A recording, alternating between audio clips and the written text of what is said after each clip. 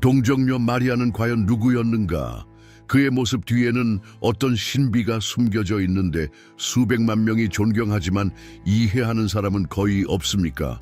오늘 우리는 모두가 알고 있는 것을 반복하지 않을 것입니다. 오늘 우리는 성경의 자료, 고대 전통, 영적 수수께끼가 얽히고 설킨 거의 탐험되지 않은 영역으로 들어가 여러분이 상상하는 것보다 더 깊고 더 인간적이며 더 천국적인 성모님을 보여줄 것입니다.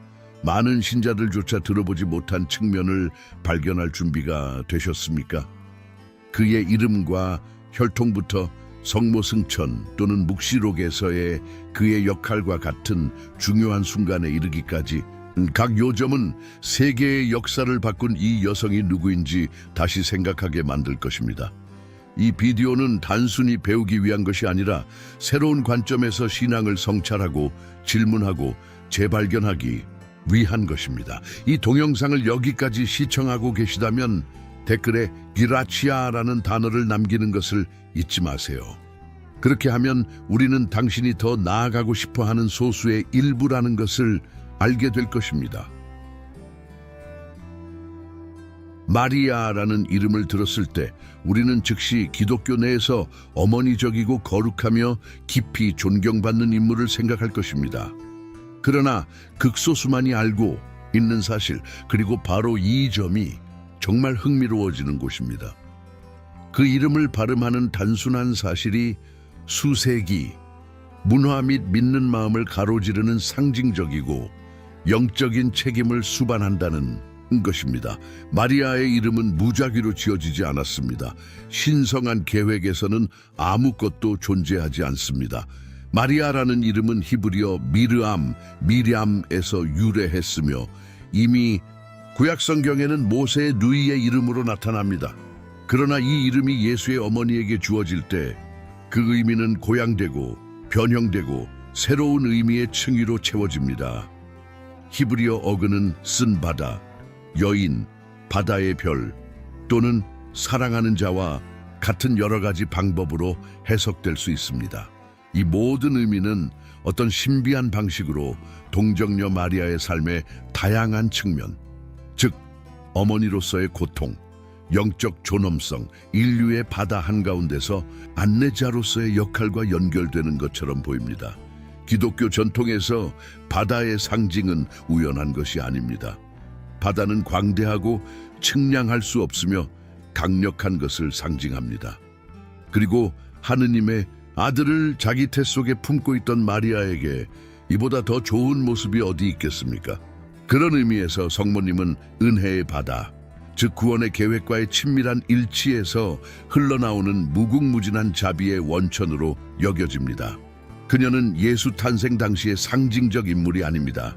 그것은 강생의 신비로 들어가는 관문입니다. 또한 전래와 고대 기독교 찬송가에서 마리아는 스텔라 마리스 또는 바다의 별이라고 불렸습니다. 이 제목은 단순히 시적인 것과는 거리가 멀고 심오한 신학적 내용을 담고 있습니다.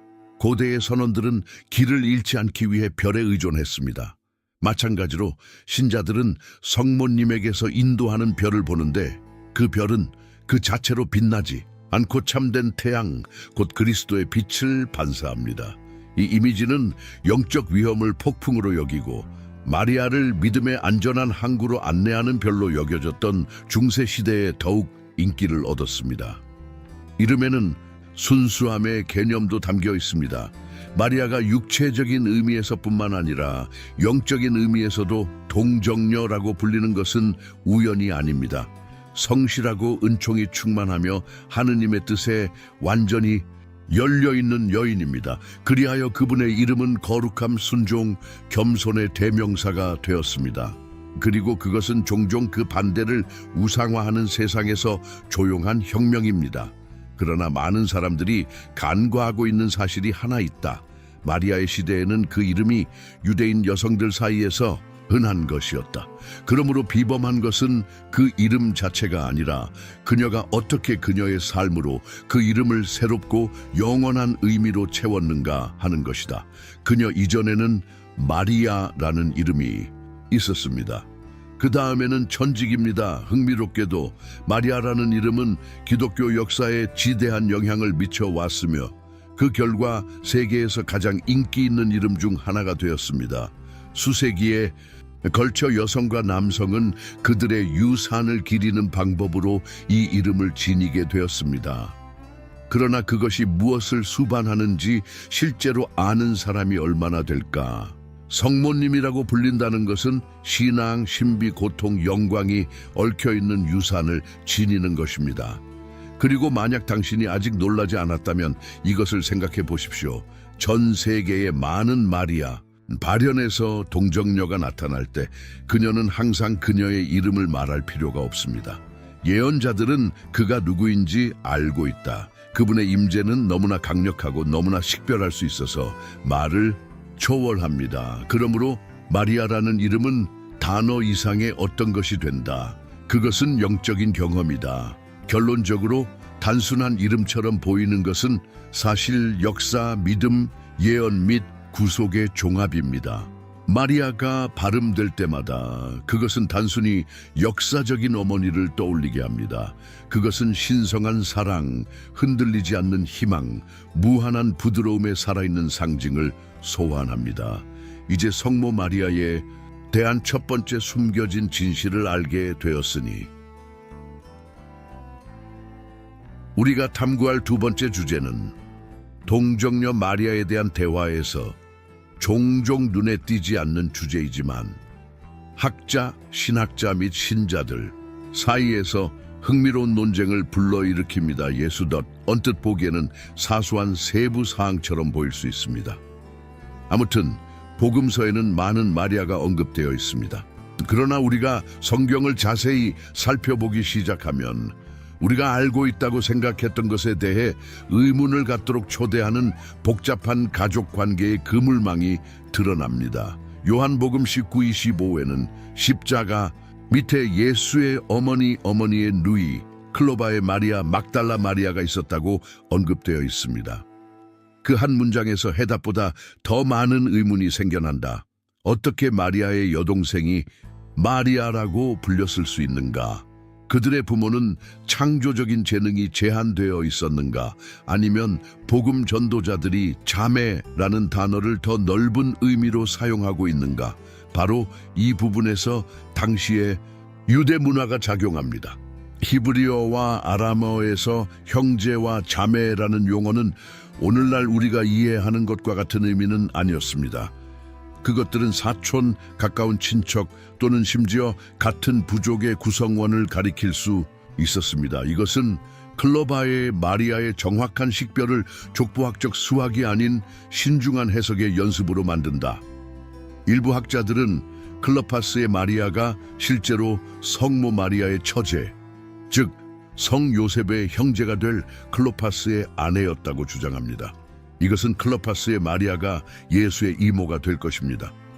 매우 그럴듯한 가능성이며 복음서에 대한 친숙한 언급의 스타일과 잘 어울리는 가능성입니다. 그러나 이 이론은 두 여성이 같은 이름을 공유했다는 사실을 완전히 해결하지는 못하며 이는 그 자체로 현대 논리에서 특이한 것입니다. 그러나 1세기의 맥락에서는 같은 가족 구성원 중 여러 명이 성경에 나오는 이름을 공유하는 것이 매우 일반적이었으며 특히 마리아와 같이 강한 종교적 책임이 있는 사람들은 더욱 그러했습니다. 다른 해석자들은 어머니의 자매가 혈연이 필요 없는 동정녀와 가까운 여성을 지칭하는 방법일 수 있다고 주장합니다. 당시의 유대 문화에서 공동체는 거의 가족의 연장선으로 여겨졌다는 것을 기억합시다.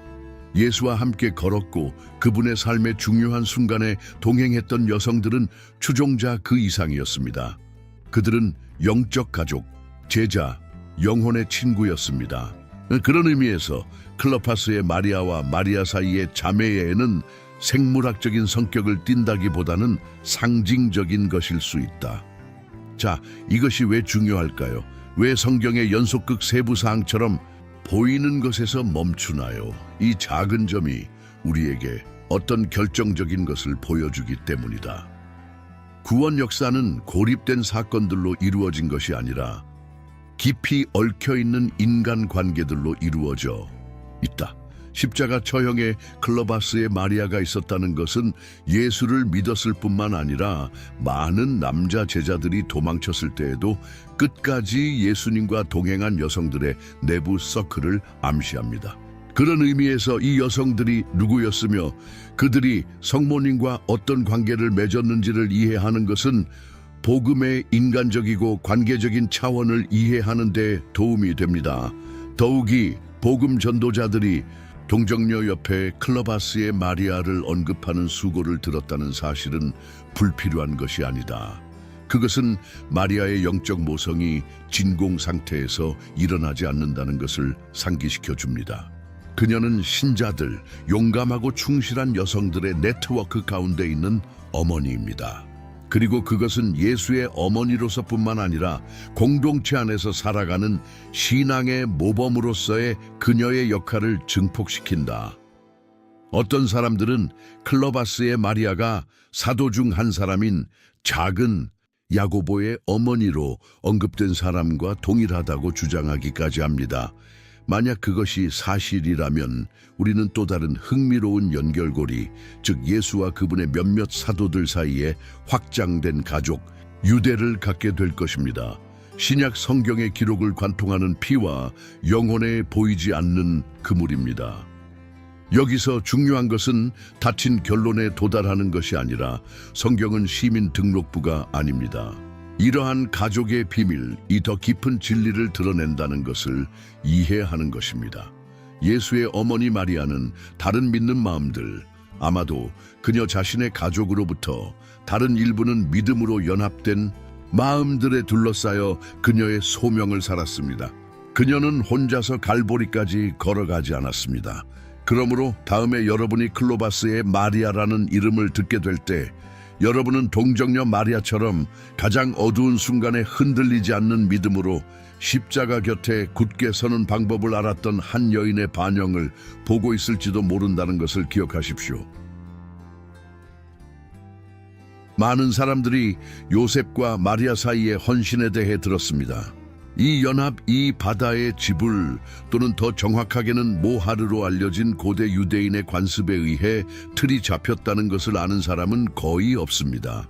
아니요, 그것은 문자 그대로 바다의 돈을 지불하는 것이 아닙니다. 비록 당신의 관심 수준으로 그것은 나를 놀라게 하지 않을 것입니다. 이 말은 1세기 히브리인의 결혼 생활에 나타난 근본적인 관습을 가리키는데 이 관습은 요셉이 마리아를 받아들인 명예와 헌신과 용기에 대해 많은 것을 밝혀줍니다. 이 지불을 이해하기 위해서는 정신적으로 당시의 히브리 문화 속에 자신을 위치시켜야 한다. 모하르는 신부가 사는 것과 같은 상업거래가 아니었다. 그것은 책임감에 가까운 행동이었습니다. 장래의 남편은 그 젊은 여성의 가족에게 돈을 주어야 했는데 그것을 얻기 위해서가 아니라 그 결합의 가치를 공개적으로 인정하고 공급자와 보호자로서 자신의 책임을 져야 했다. 그것은 그녀와 그녀의 가족에 대한 존경의 표시였습니다. 예, 당신은 당신의 마음에서 중세 시장 스타일의 이미지를 지을 수 있습니다. 자, 이것이 마리아와 무슨 관계가 있습니까? 글쎄요, 당신이 상상하는 것보다 훨씬 더 마태복음 1장 18-25절에서 요셉이 마리아와 약혼했다는 내용을 읽을 때 우리는 단순한 현대의 구원에 대해 이야기하는 것이 아닙니다. 유대인의 약혼은 합법적인 계약이었다. 일단 모하르가 행해지면 그 여자는 아직 동거하지 않았거나 결혼을 마쳤더라도 법적으로 아내로 간주되었다. 그래서 요셉이 마리아가 임신했다는 것을 알았을 때 상황은 가볍게 말하자면 시제입니다. 그 장면을 상상해 보십시오. 당신은 모든 관습을 준수했고 모하르를 지불했으며 고결한 젊은 여성과 법적으로나 종교적으로 약혼했습니다. 그리고 갑자기 당신은 그녀가 임신했다는 것을 알게 되고 당신은 그것과 아무 관련이 없다는 것을 알게 됩니다. 요셉이 왜 그녀를 공개적인 망신을 당하지 않기 위해 그녀의 비밀을 남겨두려고 생각했는지 이해하는 것은 어렵지 않습니다. 다른 남자였다면 소란을 피우거나 환부를 요구했을 테지만 요셉은 그랬던 것처럼 그녀를 보호할 계획을 세웠다. 이 세부 사항은 이미 그의 성격에 대해 많은 것을 말해줍니다. 어쩌면 그 역시 혼란스럽고 두렵고 배신감을 느꼈을지도 모르지만 그의 결심은 연민을 가지고 행동하는 것이었습니다. 상처 입은 자존심으로는 안 된다, 사랑을 담아. 그리고 그가 조용히 그녀를 버리려 할 때 하나님께서 개입하십니다. 천사가 꿈에 나타나서 마일니시 마리아를 네 아내로 취하기를 두려워하지 말라. 그녀 안에서 잉태된 것은 성령으로 말미암은 것이니라고 말합니다. 그 계시는 모든 것을 변화시킵니다. 순종하는 요셉은 그 상황을 받아들일 뿐만 아니라 그것을 받아들이고 그와 함께 구원의 계획도 받아들입니다. 바로 이 지점에서 바다의 지불이 훨씬 더 깊은 차원을 차지한다. 물질적으로는 요셉이 이미 자신의 몫을 다했기 때문입니다. 그러나 영적인 관점에서 볼 때 그의 진정한 항복은 꿈 이후에 시작된다. 그는 남는 것을 선택한다. 그는 다른 사람들의 시선, 사람들의 수군거림, 생물학적으로는 그의 것이 아니지만 신앙적으로는 그의 아이를 키우는 당혹스러움을 견디기로 선택한다. 그것이 헌신이 아니라면 무엇이 헌신인지 모르겠습니다. 그리고 이것은 우리에게 또 다른 강력한 요점을 가져다 준다. 마리아가 어머니가 되기 전부터 아내로서 마리아에게 부여된 가치. 여성은 쉽게 버림받을 수 있는 사회에서 하나님의 메시지를 믿는 의로운 남자에게 받아들여집니다. 따라서 마리아의 역할은 단순히 천사의 깜짝 놀란 젊은 처녀의 역할이 아닙니다. 그녀는 지역사회에서 존경받고 보호받으며 법적으로 인정받는 여성입니다. 모하르에 대한 이러한 세부 묘사는 흥미로운 문화적 사실을 보여줄 뿐만 아니라 예수 탄생 이야기를 둘러싼 사랑과 충실함의 깊이를 조명합니다. 성경에는 우연히 존재하는 것이 없습니다. 마태가 그들이 약혼자였다고 언급한다면 그것은 강한 유대감, 진지한 헌신, 신뢰와 상호 헌신의 구조가 있었다는 것을 이해하기 위함입니다.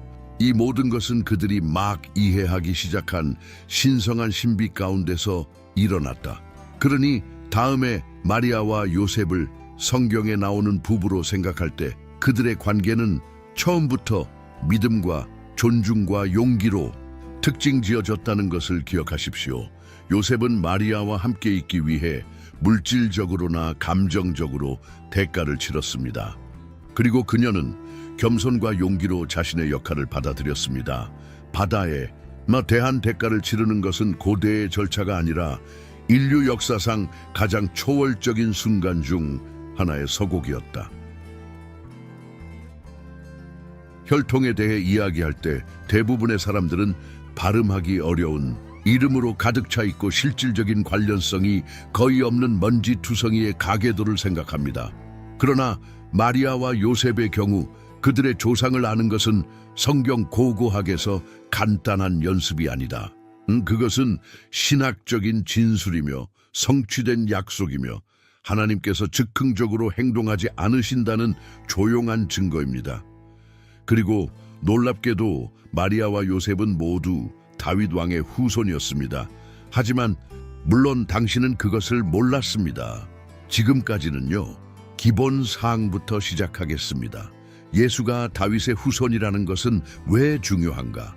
구약 성경은 하나님의 기름 부음 받은 자인 메시아가 정확히 그 혈통에서 나올 것이라고 약속하는 예언으로 가득 차 있기 때문입니다. 이사야 11장 1절은 이사야의 그루터기에서 지팡이가 나오고 뿌리에서 가지가 나리라고 말합니다. 이사야는 신선하지 않은 경우를 대비하여 다윗의 아버지입니다. 그리고 예레미야 23장 5절은 훨씬 더 직접적이다. 내가 다윗을 싹던거리로 일으키리니 그가 왕 노릇하리라. 다른 말로 하면 다윗의 혈통이 없다면 메시아도 없다는 것입니다. 왕의 유업이 없으면 약속된 왕좌도 없습니다. 그렇다면 예수의 육신의 아버지 요셉이 그의 생물학적 아버지가 아니라면 이 일이 어떻게 성취되겠습니까? 놀랍게도 복음서들은 그것을 생각했습니다. 마태복음 1장 은 아브라함에서 요셉, 다윗에 이르기까지 예수의 족보를 추적합니다. 이것은 마리아의 법적 남편인 요셉이 공식적인 인정을 통해 예수에게 왕족의 혈통을 부여한 사람임을 입증합니다. 유대 전통에서 혈통은 생물학적으로 뿐만 아니라 법적으로도 전달되었습니다. 그러므로 예수는 성령에 의해 잉태되었음에도 불구하고 요셉에 의해 다윗의 자손으로 인정됩니다. 잠깐만요. 이게 전부가 아닙니다. 누가복음 역시 족보 3장을 제시하지만 몇 가지 차이점이 있다. 아브라함에서 시작하는 대신 예수로부터 아담으로 이어지며 요셉의 또 다른 아버지가 언급됩니다. 마태복음에서와 같이 야곱이 아니라 엘리. 이로 인해 많은 학자들은 누가가 실제로 마리아의 족보를 제시하고 그녀의 가족을 통해 그녀 역시 다윗의 후손임을 보여주고 있다고 생각하게 되었습니다. 다른 말로 하면 누군가 의심을 품는다면 예수 안에 있는 다윗의 혈통은 이중으로 보장된다.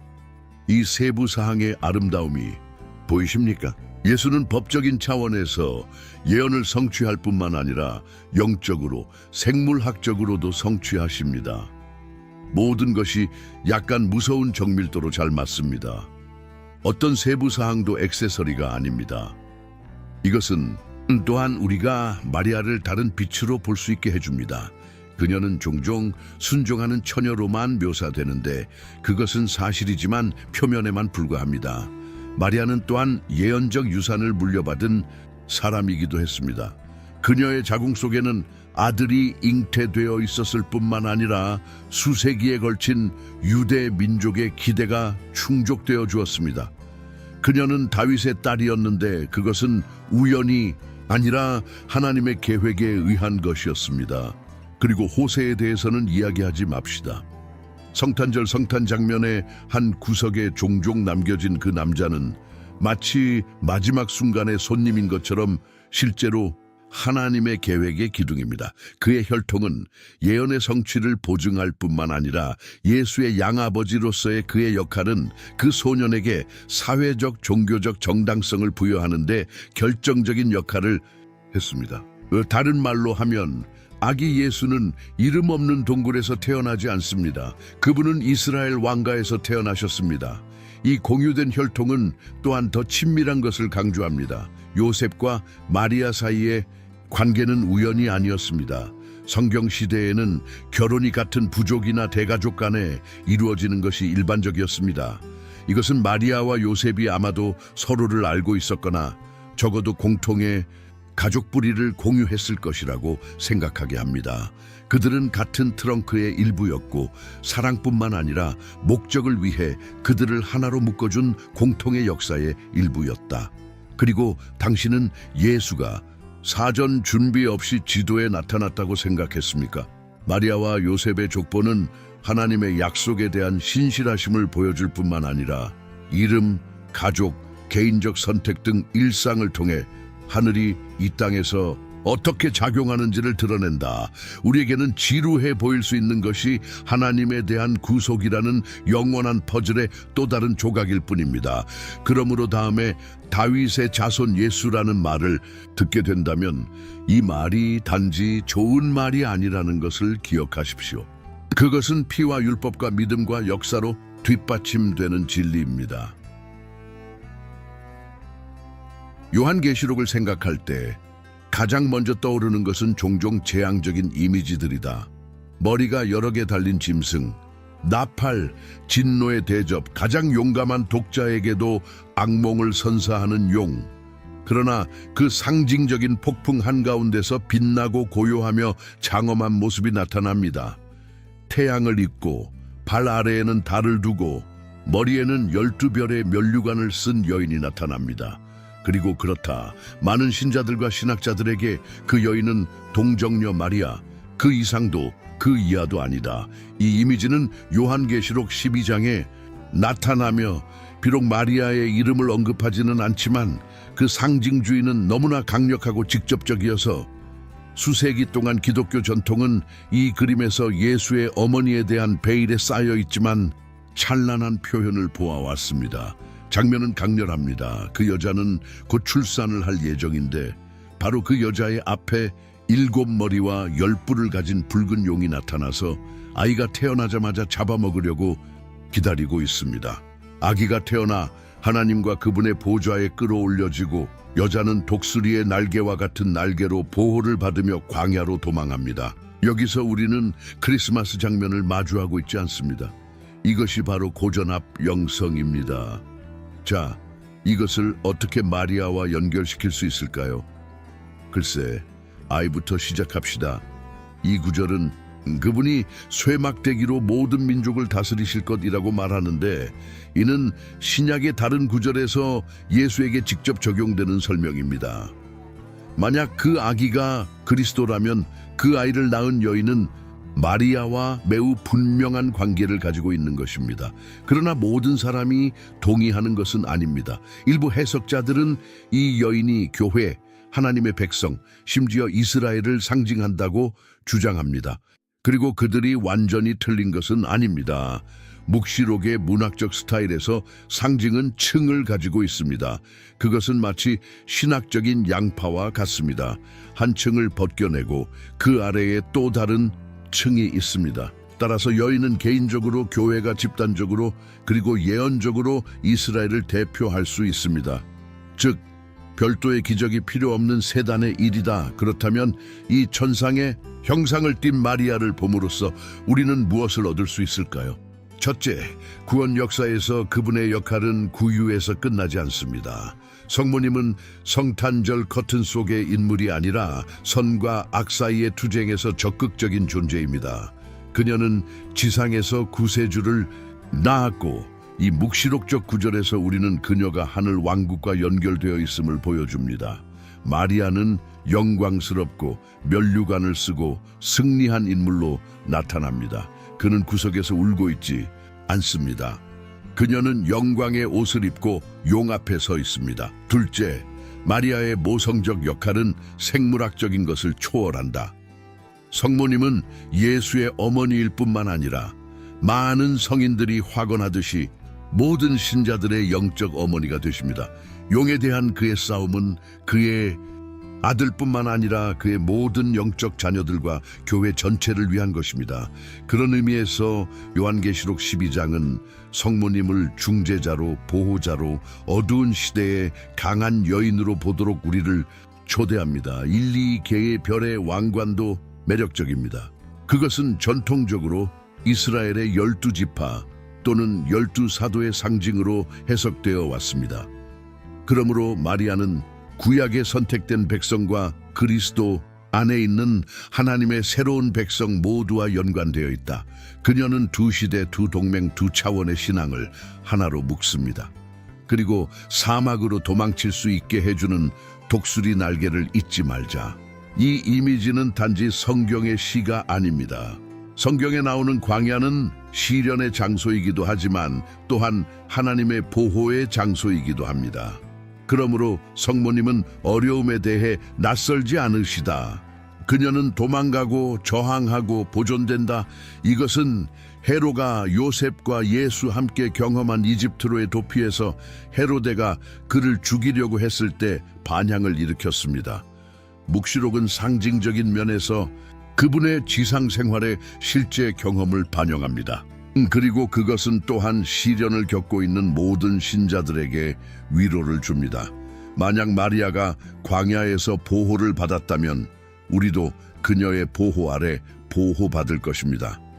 마지막으로 이 구절은 선과 악 사이의 우주적 전투에서 마리아는 구경꾼이 아니라는 위대한 진리를 드러낸다. 그녀는 영적인 투사입니다. 빛으로 용에 맞서는 여자, 다른 사람이 쓰러져도 굳건히 서 있는 여자, 포기하거나 물러서지 않는 여자. 그러므로 다음에 여러분이 어려움에 직면하여 여러분의 고난의 용이 여러분을 삼키고 싶어 한다고 느낄 때 이 이미지를 기억하십시오. 구세주의 어머니이자 단순한 여인, 지금 하늘에서 면류관을 쓰고 여전히 여러분 곁에서 고군분투하고 있는 모습입니다. 성모님은 단순한 기억이 아닙니다. 그것은 살아있는 존재입니다. 그리고 이것을 보고 있는 당신, 여기까지 오셨다면 댓글에 승리라는 단어를 남겨주세요.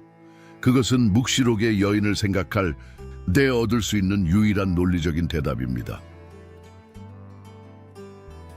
일반적으로 놀라움, 불편함 또는 단순한 현대적 불신을 일으키는 것, 즉 요셉과 결혼할 당시 마리아의 나이로 가자, 그리고 21세기의 사고방식이 강하게 판단하기 시작하기 전에 심호흡을 하세요.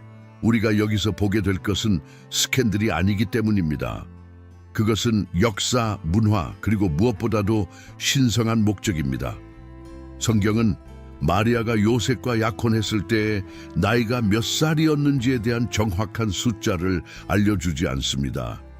그리고 나는 당신이 무슨 생각을 하는지 압니다. 얼마나 불편한 정보 부족입니까? 그러나 실제로는 공허처럼 보이는 것이 데이터 너머를 보라는 초대입니다. 학자들에게 단서는 관습과 맥락에 있습니다. 그리고 모든 것이 분명한 것을 가리키고 있습니다. 마리아는 매우 어렸고 아마도 12살에서 14살 사이였을 것입니다. 예, 당신은 그것을 올바르게 읽었습니다. 1세기 유대 사회에서는 젊은 여성이 결혼할 수 있는 흔한 나이였습니다. 사춘기는 법적, 종교적 성인이 되는 시작을 알렸다. 그 나이에 젊은 여성은 이미 가정을 이루고 헌신을 하고 메리의 경우 세계 역사를 바꿀 사명을 수행할 수 있는 능력으로 여겨졌습니다. 당신이 14살 때 만화를 보고 있을 때 그녀는 하늘에서 온 천사를 받고 있었습니다. 중요한 것은 문화의 차이로 인해 수치심을 일으키지 않는 것입니다. 그것은 이 젊은이들, 이 성경의 이야기에서 무엇을 나타내는지 이해하는 것입니다. 마리아는 세상의 기준에 따라 준비된 경험 많고 성숙한 여성이 아니었습니다. 그녀는 10대였습니다.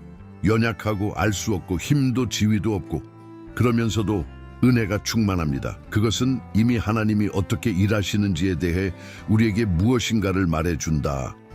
그는 이력서에 따라 선택하지 않습니다. 하트를 선택하십시오. 기꺼이 할 사람을 선택하십시오. 그리고 마리아는 어렸을 때부터 논리로 설명할 수 없는 믿음을 보여주었습니다. 누가복음 1장 38절에 나오는 천사의 발표에 대한 예수님의 반응은 모든 것을 말해줍니다. 보라, 나는 주의 하녀니라. 당신의 말씀대로 저에게 이루어지게 하소서. 우리 시대의 어떤 어른도 그런 헌신을 담아 그렇게 말하지 않았을 것입니다. 예를 원하십니까? 거기에는 수천 번의 업무 회의가 있는데 거기서 성숙한 사람들은 사무적인 일을 맡고 싶어 하지도 않고 더욱이 우주의 구세주를 낳고 싶어 하지도 않는다. 마리아는 주저하지 않았고 협상하지도 않았으며 생각할 시간을 요구하지도 않았다. 어린 나이에 그는 자신을 완전히 바쳤습니다. 그 자체만으로도 그분의 영적 위대함을 드러냅니다. 세상이 경험을 소중히 여기는 반면 하나님은 가용성을 소중히 여기셨기 때문입니다. 이제 13세 된 소녀가 하나님의 아들을 몸 안에 품고 있다는 것이 어떤 의미인지 상상해 보십시오. 그녀는 가족과 지역사회의 질문에 직면해야 했을 뿐만 아니라 설명할 수 없는 임신으로 인한 당혹스러움에 직면해야 했습니다. 그러나 그의 젊음은 장애물이 아니었다. 그것은 우아함을 위한 완벽한 캠퍼스였습니다. 왜냐하면 그분의 순수함, 겸손함, 완전한 개방성 안에서 하나님은 저항 없이 일하실 수 있었기 때문입니다. 고려해야 할 또 다른 사항, 그 당시의 결혼은 동화가 아니라 가족의 선약이었습니다. 가족들은 약속을 지켰다. 순결과 명성은 단순한 도덕적 꼬리표가 아니라 본질적인 가치였다. 그런 맥락에서 마리아는 유덕하고 신뢰할 수 있는 젊은 여성, 아내와 어머니가 될 수 있는 사람으로 여겨졌습니다. 과장된 말처럼 들리나요? 글쎄, 그렇지 않습니다. 그의 삶은 즉흥적이지 않았습니다. 그것은 젊은 여성들에게 많은 것을 기대하는 문화에 조심스럽게 짜여져 있었다. 그러나 하나님께서 그녀에게 기대하시는 것은 그보다 훨씬 더 컸다. 그리고 여기에 호세도 핵심 인물로 들어갑니다. 그분은 메리보다 나이가 많았지만 아마 적어도 30세는 되었을 것입니다. 그녀를 받아들이고 돌보고 존중하였습니다. 그는 결코 자신의 권위를 남용하지 않았습니다. 그는 꿈에서 받은 메시지를 결코 의심하지 않았습니다. 그는 자기에게 약속된 젊은 여자가 평범한 아내가 아니라는 것과 그녀의 역할이 수수께끼의 관리인이라는 것을 이해했다. 그들이 공유한 것은 단순한 법적 결합이 아니라 하나님의 부르심이었습니다. 그래서 아닙니다. 공주 이야기에 나오는 결혼 생활과는 달랐다. 그것은 하나님께서 친히 인봉하신 언약이었습니다. 그리고 마리아의 젊음은 사소한 세부 사항이 아니라 은혜가 성숙히 작용하기를 기다리지 않는다는 것을 상기시켜 줍니다. 그는 기꺼이 하고자 하는 마음을 발견했을 때 도착합니다.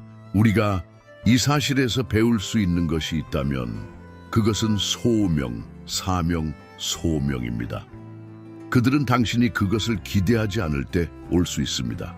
그리고 만약 신이 메시아를 데려오기 위해 세상에 잊혀진 구석에서 무명의 10대를 선택했다면 당신 같은 사람과는 특별한 일을 할 수 없다고 누가 말하겠습니까? 여기까지 왔다면 예 라는 단어에 댓글을 달아주세요. 그 단순한 말로 마리아가 세상의 운명을 바꾸었기 때문입니다. 우리는 어떤 이유에서인지 많은 사람들이 간과하거나 단순히 아름다운 전례적 사실로 간주하는 주제, 즉 동정녀 마리아의 거처 또는 이동에 대해 이야기할 것입니다. 아니요, 천상의 기차역 이름이 아니에요. 그것은 그리스도교 신앙, 특히 가톨릭과 정교회 전통에서 가장 감동적이고 심오하며 중요한 사건 중 하나입니다. 그리고 물론 거의 아무도 명확하게 알지 못하는 것입니다. 명백한 사실부터 시작합시다. 성경은 마리아의 죽음을 묘사하지 않습니다. 그리고 나서 마리아가 죽었다, 장사되었다 등이라는 구절은 없습니다. 그리고 아니요, 그렇다고 해서 그가 비디오 게임 캐릭터로 향구름 속으로 사라졌다는 의미는 아닙니다. 일어나는 일은 더 미묘하고 더 미스터리로 가득 차 있습니다.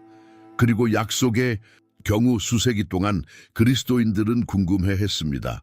그녀의 지상 생활이 끝날 때 그녀에게 무슨 일이 일어났습니까? 하나님의 아들을 태에 낳은 여인, 십자가 발치에 서 있던 여인, 부활을 목격한 여인, 다른 사람처럼 죽었나요? 그리스도교 전통, 특히 가톨릭 전통이 제시하는 대답은 분명하고 아름답습니다. 마리아는 몸과 영혼을 가지고 천국으로 올려졌습니다. 이 행사는 가톨릭 교회에서는 성모 승천 대축일로, 동방교회에서는 도미티온 도미션으로 알려져 있습니다. 두 용어 모두 뉘앙스가 있기는 하지만 동일한 사건을 나타냅니다. 동양에서는 마리아가 잠들었다고 말합니다. 그녀가 최종적으로 죽었다고 말하지는 않지만 그녀는 신성한 잠에 들어갔다고 말합니다. 서양에서는 그녀가 아순타, 즉 하나님에 의해 천상의 영광으로 일으킴을 받았다는 사실이 강조됩니다. 이러한 믿음은 최근에 발명된 것이 아닙니다. 그것은 깊은 뿌리를 가지고 있습니다. 이미 그리스도교 초기 몇 세기 동안의 문헌과 이야기가 유포되었는데 일부 외경은 사실이지만 매우 영향력 있는 것으로 사도들이 마리아의 마지막 순간에 기적적으로 모여 작별 인사를 한 방법을 설명하고 있습니다. 그리고 그가 이동한 후 그의 시신은 무덤에 남겨지지 않았다. 그들이 그를 찾으러 갔을 때 그는 그곳에 없었습니다. 누군가 그것을 훔쳐갔기 때문이 아니라 하늘 자체가 그것을 차지했기 때문이었다. 가톨릭 교회는 1950년에 교황 비오 12세의 칙령 무니피센티시무스 디읒과 함께 이 진리를 하나의 교리로 공식 선포했다. 그러나 조심해야 한다. 그는 마리아가 육체적으로 죽었는지 아닌지를 정의하지 않고 그렇게 했다. 확실하게 확증되는 것은 그녀의 지상 생활이 끝날 때 그녀가 하나님에 의해 육신과 영혼을 천국으로 데려갔다는 것입니다. 사탕 포장지처럼 몸을 남겨두지 마십시오. 마리아는 그 모든 것이 영광스럽게 되었습니다. 이것은 우리에게 무엇을 의미할까요? 글쎄요, 보이는 것보다 훨씬 더 많습니다. 첫째, 그것은 그분의 절대적인 거룩하심에 대한 확증입니다. 마리아는 잉태될 때부터 죄로부터 보호받았고 우리는 이를 무염시태라고 부릅니다. 결국에는 무덤의 부패로부터도 보호되었습니다. 그녀는 그리스도 다음으로 모든 신자들에게 약속된 영광스러운 부활을 경험한 첫 번째 인간입니다. 그러므로 그분의 기숙사는 우리 자신의 미래 부활에 대한 살아있는 약속입니다. 그 여자가 하늘로 데려감되었다면 우리에게도 그 희망이 있습니다. 둘째, 이 사건은 중보자와 중보자로서의 마리아의 역할을 강화한다. 몸과 영혼이 이미 천국에 계시기 때문에 성모님은 과거의 거룩한 기억만이 아닙니다. 그것은 살아있는 현존이며 귀를 기울이고 동반하고 우리를 위해 기도하는 존재입니다. 인간이 하나님과 가까움은 이론적인 것이 아닙니다. 진짜입니다. 그녀는 구석에 떠 있지 않습니다. 그녀는 활동적이고 모성적이며 세심합니다. 하늘은 그녀를 무관심하게 만든 것이 아니라 그 어느 때보다 그녀를 어머니로 만들었기 때문입니다. 그리고 이것은 우상 숭배가 아닙니다. 아무도 마리아가 하나님이라고 말하지 않습니다.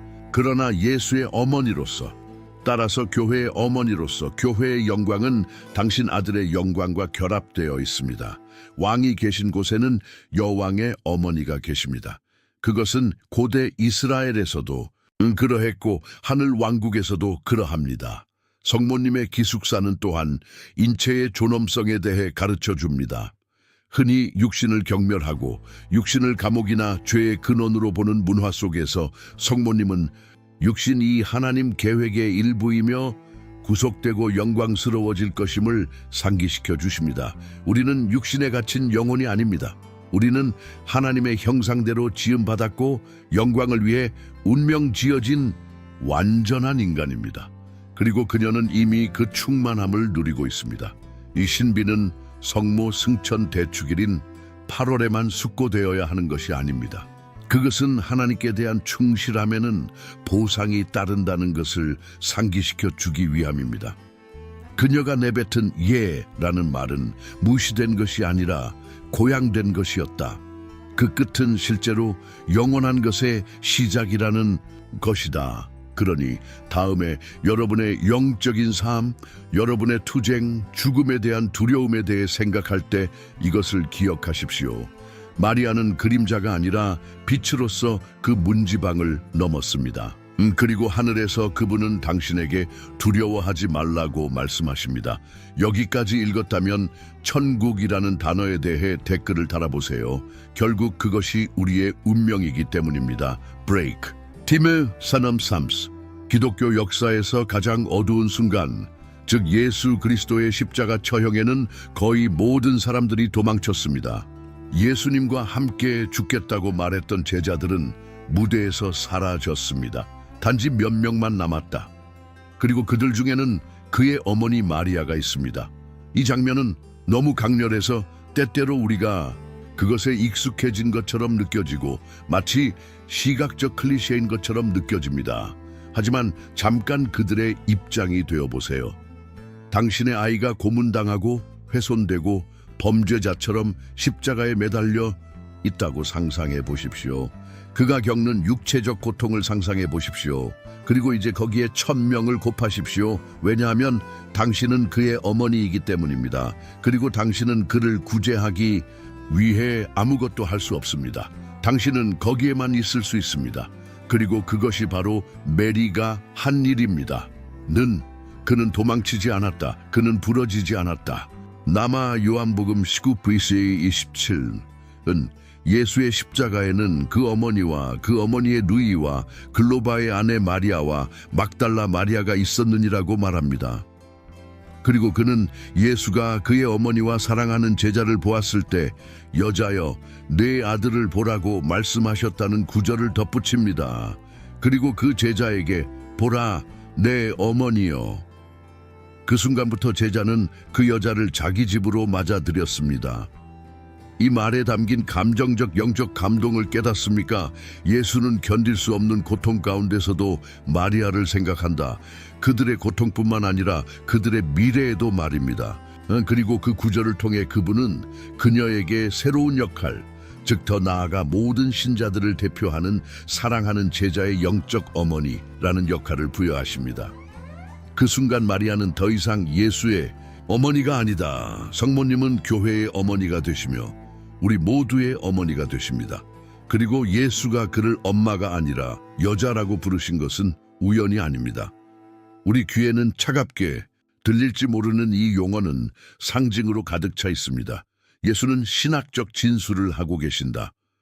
마리아는 새로운 하와, 창세기의 여인, 살아있는 이의 어머니이지만 이제 구원을 받았고 그녀의 순종과 믿음으로 영광을 얻었습니다. 이브가 아니오로 깨뜨렸던 것을 메리는 예로 회복합니다. 태초부터 십자가에 이르기까지 그분의 역할은 구속의 계획과 분리될 수 없습니다. 많은 사람들이 고통에서 도망치는 동안 마리아는 그분께 다가가고 있습니다. 마조히즘 때문이 아니라 사랑 때문이었다. 그녀는 설명을 요구하지 않습니다. 그는 정의를 요구하지 않습니다. 그것은 비밀을 이해하려고 노력하지 않습니다. 그녀는 그저 동행하고 침묵 속에서 고통받으며 충실하게 남아있을 뿐이다. 그리고 그 침묵의 몸짓으로 그는 모든 참된 제자의 모범이 됩니다. 많은 성인들은 마리아가 마음속에서 그리스도의 순환을 겪었다고 말합니다. 모든 못, 모든 채찍, 모든 조롱, 그것은 또한 그의 영혼에 남긴 상처이기도 했다. 그러나 그는 사형 집행인들을 저주하지 않으시고 절망하지도 않으신다. 그는 서 있습니다. 강합니다. 그녀는 어머니입니다. 이 순간은 또한 좀 더 친밀한 것을 드러낸다. 예수와 마리아 사이의 유대감은 단지 생물학적인 것만이 아니다. 그것은 매우 영적입니다. 예수는 그녀가 구세주의 어머니일 뿐만 아니라 그녀를 홀로 내버려 두지 않습니다. 그녀는 신성한 계획의 필수적인 부분입니다. 태초에 그랬던 것처럼 수태고지 때에도 구유에서도 가나의 혼인잔치에서도 이제 끝이 있습니다. 그리고 그것은 참된 신앙의 모든 여정에서 십자가가 불가피하다는 것을 가르쳐 줍니다. 그러나 그 길에서 우리는 혼자가 아닙니다. 마리아가 우리와 동행합니다. 그리고 조심하십시오. 이것은 단지 역사가 아닙니다. 이것은 존재합니다. 동정녀 마리아께서는 여전히 우리 십자가 밑에 계십니다. 모든 상실 속에서, 모든 고통 속에서, 영혼의 모든 어두운 밤 속에서 그녀는 예수와 함께 있었던 것처럼 거기에 있습니다. 그분이 아들의 죽음의 직면에서도 자신을 지탱하실 수 있었다면 우리도 지탱하실 수 있기 때문입니다. 그러면 그 사랑하는 제자는 그 여자를 자기 집에 영접한 자는 우리도 마찬가지다. 마리아를 집으로 데려가는 그 제스처는 경건한 변덕이 아닙니다. 그것은 순종의 행위입니다. 만일 예수가 당신에게 보라 너의 어머니여이다 라고 말씀하신다면 당신은 그분의 말씀을 듣지 않겠습니까?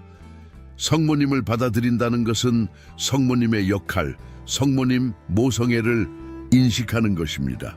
그것은 고통을 이해하고 결코 떠나지 않는 누군가에 의해 사랑받는 것이다. 십자가 처형은 우리에게 마리아의 가장 인간적인 얼굴을 보여줍니다. 천사들에게 둘러싸여 계시지 않고 하늘에서 면류관을 쓴 것도 아니고 고난으로 찢겨져 나갔으며 오직 믿음으로 지탱되셨습니다. 그리고 도망치지 않으신 성모님께서는 우리의 삶이 짊어질 수 없는 십자가처럼 보일 때 우리와 함께 걷는 바로 그분이십니다. 이 메시지가 표시되면 댓글에 fidelity라는 단어를 적어주세요. 그것이 마리아가 마지막 순간까지 보여준 것이기 때문입니다. 때때로 우리는 예수 탄생의 달콤하고 장식적인 버전, 즉 구유, 밝은 별, 얌전한 동물, 우아한 선물을 가진 3명의 동방 박사를 남겨둡니다. 그러나 그 크리스마스 카드 뒤에는 더 복잡하고 생생하며 언제나 그렇듯이 특히 이 모든 것에서 마리아의 역할을 이해하는데 매우 의미 있는 이야기가 있습니다. 먼저 동방 박사의 방문 시간으로 가자. 마태복음 2장은 동방에서 박사들이 예루살렘에 와서 묻도에 유대인의 왕 곧 난 자가 어디 있느냐? 우리가 동쪽에서 그의 별을 보고 그를 숭배하러 왔기 때문입니다. 이 광경은 이미 엄청납니다. 동방 박사들, 천문학자나 신비주의자들이 메시아를 찾기 위해 먼 나라에서 도착합니다. 그들은 유대인이 아니고 마리아나 요셉을 알지 못하며 불쌍한 아이를 숭배할 문화적 이유도 없습니다. 그럼에도 불구하고 그들은 도착합니다. 왜? 그들이 징조를 읽었기 때문입니다. 그들은 어떤 위대한 일이 일어났고 너무나 위대한 일이 하늘을 바꾸어 놓았다는 것을 이해했습니다. 그들이 아이가 어머니와 함께 있는 것을 발견했을 때 복음은 그들이 엎드려 그에게 경배했다고 말합니다. 그리고 그 자리에 있던 마리아는 출세를 추구하지 않고 자기 아들의 신성을 처음으로 인정하는 것을 받아들였다. 이것은 매우 중요하다. 그분을 가장 먼저 숭배하는 사람들은 그 지역의 수도자들이나 영적 지도자들이 아니다. 그들은 외국인입니다. 이방인. 멀리서 보면 현명합니다. 마리아는 어머니로서 이 모든 것을 침묵 속에서 숙고하지만 우리는 그녀가 그것을 마음속에 간직하고 있다는 것을 압니다. 그리고 그 순간 그의 아들, 그의 아기는 왕으로, 하나님으로, 우주의 구세주로 인식됩니다. 동방 박사들이 가져오는 선물은 또한 상징적이다. 황금은 왕을, 유향은 신을, 모략은 죽을 운명을 타고난 사람을 의미한다. 어머니의 품에 안겨 무방비 상태에 아이에게 주어진 이 각각의 요소들은 지상에서의 그의 전체 사명을 기대하게 한다. 그리고 마리아는 침묵 속에서 그것을 받아들이고 있습니다. 그는 단지 아이를 키우는 것이 아닙니다. 그분은 세상의 구주를 일으키고 계십니다. 하지만 이야기가 영광스러운 방향으로 흘러가는 것처럼 보일 때 위험이 나타납니다. 꿈에서 경고를 받은 동방 박사들은 이미 이 새로운 왕에게 의심스러운 관심을 보인 헤롯에게로 돌아가지 않습니다. 그때 천사가 요셉에게 나타나 일어나 아이와 그의 어머니를 데리고 애굽으로 도망하라고 말합니다. 그리고 여기에 거의 아무도 언급하지 않는 부분이 있습니다. 마리아는 난민이 되어야 했습니다. 몇 시간 만에 그녀는 향을 받는 것에서 아기를 팔에 안고 삶을 살아가는 것으로 바뀝니다. 이집트로 가는 비행기는 공원을 산책하는 것이 아니었습니다. 천상의 우버나 고급 담요는 없었습니다. 그것은 외국 영토에서의 위험하고 긴 여행이었습니다. 젊은 어머니인 메리는 살인적인 왕으로부터 도망쳐 남편과 아들과 함께 사막을 건너야 했습니다. 그리고 그는 불평하지 않고 그렇게 하였습니다. 묻지 않고 왜 하필 나야? 그는 자신이 누구를 믿었는지 알고 있었기 때문에 그렇게 했습니다. 이 체험은 성모님의 핵심 차원, 즉 역경 속에서도 흔들리지 않는 신앙으로 행동할 수 있는 능력을 드러내줍니다. 그녀는 성모 영보 대축일에서 예 여인이 아니었습니다. 그녀는 또한 위험의 밤에 예스 하는 여성이었습니다. 그녀는 구세주의 어머니였을 뿐만 아니라 그분의 보호자였고 그분의 피난처였으며 세상의 증오에 대항하는 그분의 인간 방패였습니다. 그리고 다시 말하지만 그 상징주의는 심오합니다. 이스라엘 백성이 기근 때 애굽으로 갔다가 모세에 의해 구원받았던 것처럼 이제 예수는 애굽으로 가셨다가 새로운 모세, 새로운 구원자, 궁극적인 구세주로 다시 오십니다. 마리아는 그분과 동행함으로써 출애굽의 새로운 어머니가 되며 고통과 해방의 길에서 그리스도와 함께하는 교회의 표상이 됩니다. 게다가 그 도피와 그 후의 귀환은 또한 내가 애굽에서 내 아들을 불렀다. 호세아 1:1라는 예언의 성취입니다. 그 어떤 것도 신성한 계획밖에 있지 않습니다.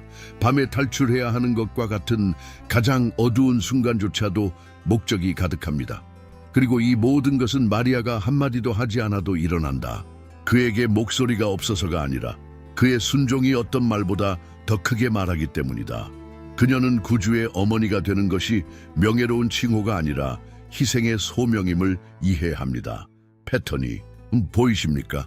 마리아는 동방 박사의 숭배, 헤롯의 위협, 이집트 망명 등 중요한 순간에 그곳에 계십니다. 그리고 그들 모두에서 그들의 역할은 수동적이지 않습니다. 그녀는 행동하고 보호하고 결정하고 신뢰하는 여성입니다. 그녀의 모성은 생물학적 사실만이 아니다. 그것은 영적인 힘입니다. 그것은 조용하지만 확고한 리더십의 한 형태입니다. 그러므로 만약 여러분이 소외감을 느끼거나 핍박을 받거나 거부당했다고 느낀 적이 있다면 아들을 데리고 도망친 마리아를 생각해 보십시오. 그녀는 당신을 이해합니다. 멀리서가 아니라 경험에서 우러나온 것입니다. 여기까지 오셨다면 댓글에 피난처라는 단어를 남겨주세요. 왜냐하면 그녀는 그런 사람이었기 때문입니다. 그리고 여전히 그렇습니다. 그리고 우리는 여기 있습니다. 성모 마리아에 대해 거의 아무도 깊이 알지 못하는 10가지 비밀 중 마지막, 그러나 아이러니하게도 후자가 모든 것의 시작입니다.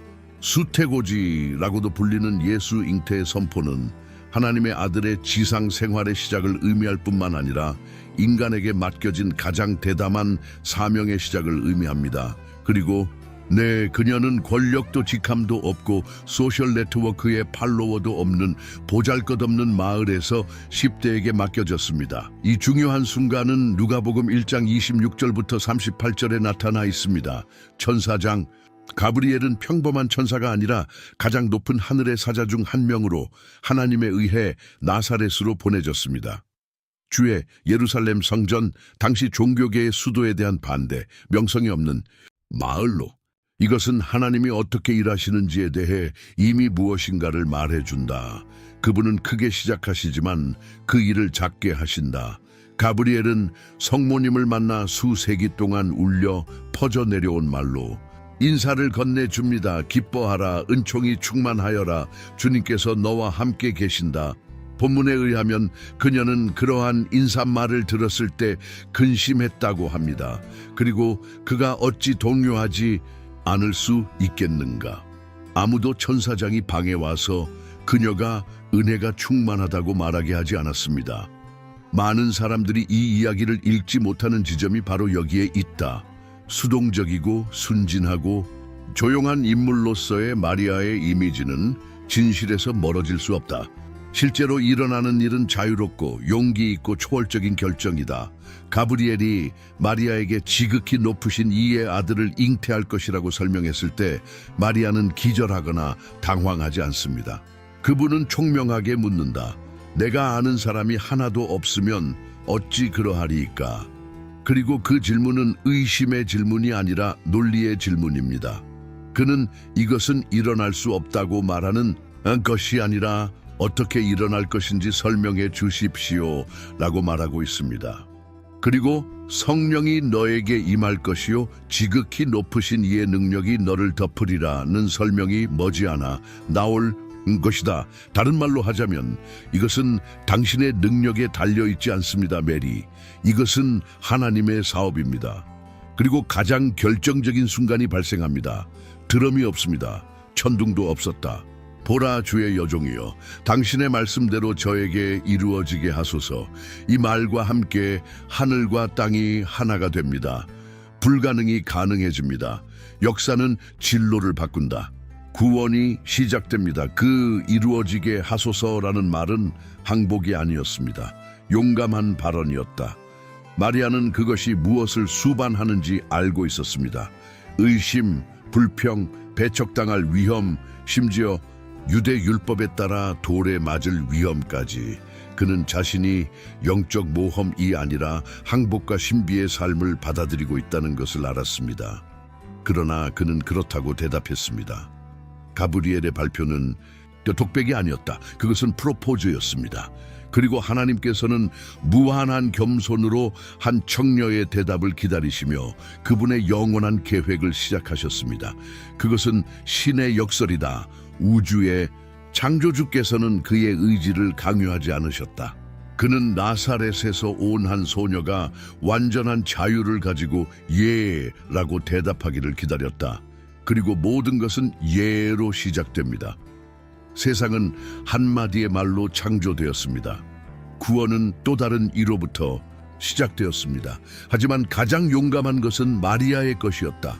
많은 사람들이 하나님이 존재하는지 묻기 위해 평생을 바칠 때 그녀는 묻기도 전에 대답했기 때문입니다. 이 에피소드는 또한 우리에게 도전을 줍니다.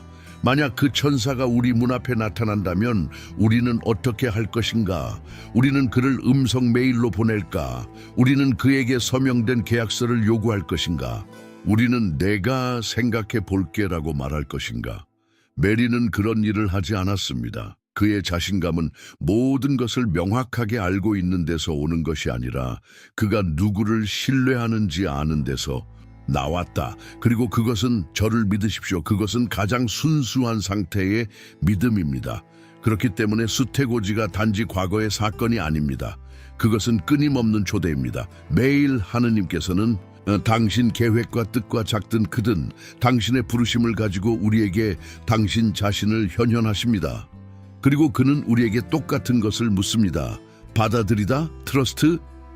마리아의 대답은 그녀만의 대답이 아니었다. 그것은 또한 우리를 위한 것이기도 했습니다. 그것은 하나님께서 우리 인류 안에 들어오실 수 있는 열린 문이었습니다.